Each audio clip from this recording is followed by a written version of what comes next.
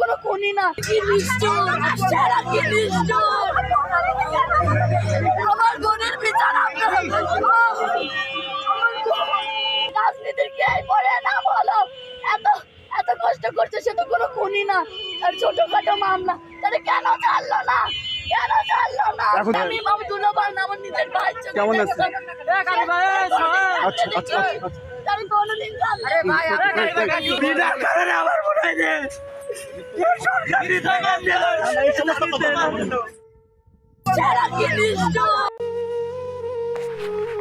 বাংলাদেশের ইতিহাসে যেন এক করুণ ইতিহাস।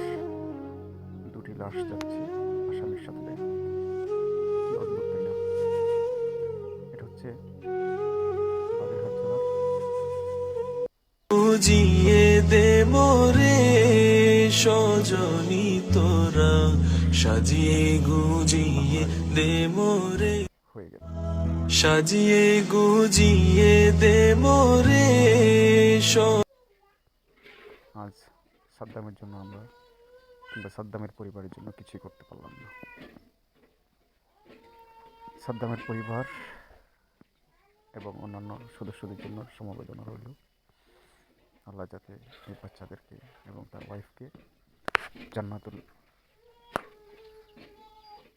ফেরদৌস নসিব করেন। কিছু বলার নেই।